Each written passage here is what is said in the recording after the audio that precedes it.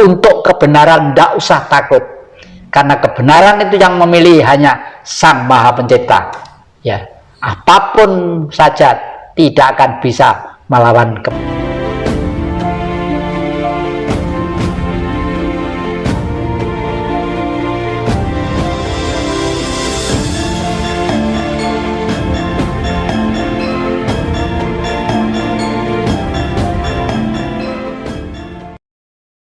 Banyak orang mengaku spiritual, tapi masih sering menganggap spiritual yang beda dengan dirinya itu keliru, salah, kurang jangkep, dan lain sebagainya. Padahal harusnya kan tidak begitu yang jati. Ya syukurlah banyak orang yang menganggap dirinya spiritual. Paling tidak seseorang itu berusaha untuk berjalan dengan baik, hidup dengan baik. Tapi seyogianya kalau sudah berani menggunakan cap spiritual, itu tidak boleh melemahkan, menjelekkan, mengkonotasikan pihak lain itu belum spiritual. Karena apa?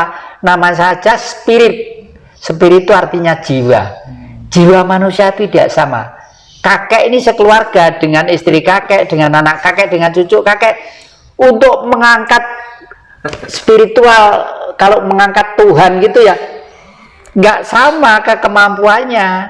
Ya, kalau misalnya ini misal loh ya, jangan dikonotasikan yang real. Misalnya Tuhan itu 100 kilo, ada yang kemampuannya cuma 10 kilo, ada 20 kilo, ada 5 kilo. Itu semua adalah kemurahan, ya. Dan itu harus disebarkan supaya tidak saling nuding. Itulah sebabnya Bung Karno menaruh sila yang pertama, ketuhanan yang Maha Esa. Jadi Tuhan itu hanya satu, hanya Esa, satu. Ya, ketuhanan itu semua menuju ke yang satu.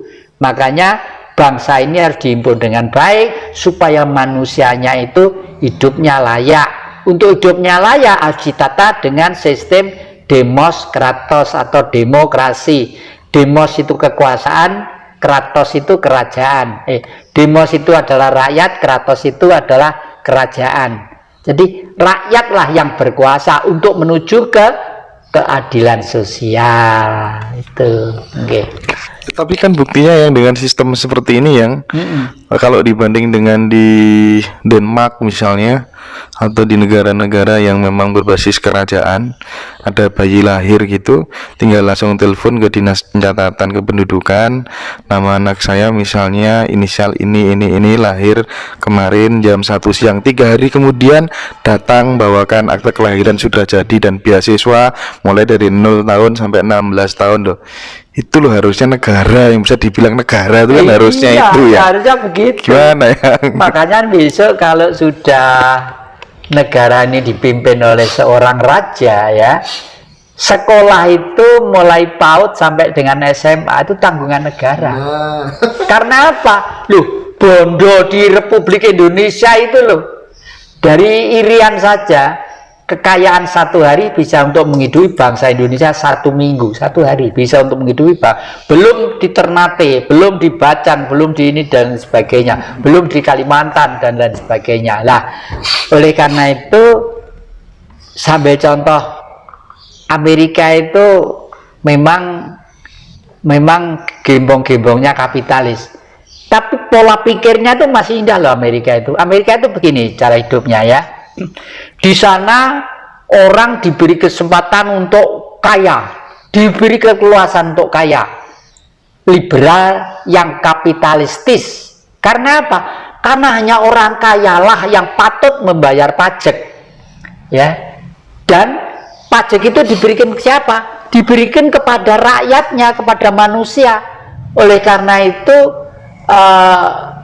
di sana orang hidup di sana itu mulai sekolah ini sampai itu hidupnya itu boleh dikata ringan banget. Dan bahkan Amerika itu sekarang membiayai orang makan sampai kematian itu sekitar di 230 juta orang apa-apa sampai sekarang. Saya punya teman 10 tahun di Amerika, sekarang hidup lagi di Malang ini. Beliau itu hidup di sana 10 tahun.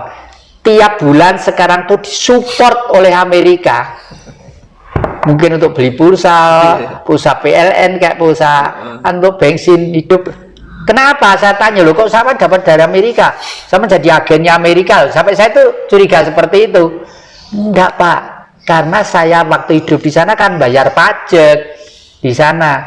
Jadi karena saya pernah membayar pajak di sana, pajak itu sekarang dikembalikan berbentuk gaji saya tiap bulanan ini, ya lumayan lah saya untuk bisa hidup keluarga, bisa hidup gitu, betul. Iya. Iyalah, jadi apa, kalau misalnya andai kata kemudian kita ini tidak terikat oleh sistem perekonomian, aturan main internasional gitu kan enak, yang bikin mata uang lagi sendiri khusus untuk pembangunan di Indonesia. Kalau yang rupiah udah terlanjur ya sudah ikut sana. Sehingga tiap hari mungkin bisa ngeprint 1 triliun gitu kan, untuk bangun semuanya gitu. Itu kan tata cara mengelola negara yang benar, itu sebenarnya yang perlu dipelajari. Ya, bagaimanapun duit itu mempunyai beberapa fungsi ya. Fungsi pertama untuk mempermudah pergaulan ekonomi, meringankan manusia ya. Kalau dulu kan barter, kursi saya itu ditukar apa gitu, ngotong-ngotong sana, tukar beras, gorong lagi sih. Nah sekarang dengan uang itu sudah bisa mewakili segalanya. Sekaligus kalau saya malah rapi lagi, saya nggak bawa dompet. Saya itu kalau naruh dompet, kepalanya itu, kepala gambarnya manusia itu di atas semua, dan menghadapnya sama, dan tidak pernah saya taruh di pantat, karena itu pahlawan loh, gitu, pahlawan ya, menghargai. Saya taruh di samping atau di dompet atau di di tas atau apa gitu, selalu begitu saya hormat, karena saya pernah mengalami sendiri bagaimana hidup di gunung, bagaimana dikejar-kejar oleh Belanda waktu masih kecil dengan orang tua saya, itu mengalami semua. Yang paling terakhir, andai kata kemudian yang ingin memberikan pesan kepada siapapun yang memanage Republik ini, ada Pak Jokowi ya kan, dan siapapun lah yang sebagai penguasa di Republik ini melihat realitas sosial masyarakat yang sekarang terjadi, kondisi bernegara kita yang seperti ini, apa yang ingin yang Jatikusumo sampaikan kepada mereka yang itu berangkat dari lubuk hatinya panjenengan? Yang pengen saya sampaikan, satu, mungkin kalau ya Pak Jokowi itu termasuk saya salah satu orang yang mengondisikan pertama kali, orangnya itu nggak sampai 9 orang. Jadi beliau itu bukan dicalonkan oleh partai, bukan dicalonkan oleh masyarakat Jawa Tengah, berangkat untuk menjadi ke RI 1 loh ya. Itu berangkat dari orang-orang di Jawa Timur ini, orangnya masih hidup semua ya, dan itu adalah kehendak gaib, kehendak leluhur untuk beliau tampil dulu, istilahnya tampil dulu gitu loh ya. Karena kalau ada kata rumah itu gelap, Indonesia itu gelap, gak ada lampu, beliaulah yang menyalakan lilin untuk menjadi terang. Tapi begitu buka pintu mau keluar, lebih gelap lagi. Nah, ternyata akhir-akhir ini betul, kegelapan itu ada. Kegelapan bukan berarti tidak dapat sinar matahari dan segala. Situasi politik yang semakin kacau, semakin rancu, semakin sulit terprediksi. Ya untungnya saja masih punya TNI dan Polri yang memegang teguh Sabta Marga, sehingga punya inisiatif untuk ambil tindakan preventif. Karena itu perintah atasan. Kalau atasan yang bagaimanapun yang mengomandokan, ya mudah-mudahan harapan saya, bayangan saya memang beliau Pak Jokowi. Kalau begitu betul, kalau luhur memilih beliau hanya satu, mudah-mudahan apa yang dulu dihancurkan tahun 65, faham-faham itu dihidupkan. Ya, ndak usah takut-takut berbuat untuk kebenaran, ndak usah takut. Karena kebenaran itu yang memilih hanya Sang Maha Pencipta. Ya, apapun saja tidak akan bisa melawan kebenaran sejati. Terima kasih, mudah-mudahan Pak Joko Widodo sekeluarga dikaruniai kesehatan, bapak-bapak TNI Polri dan siapa saja semua dikaruniai kesehatan, termasuk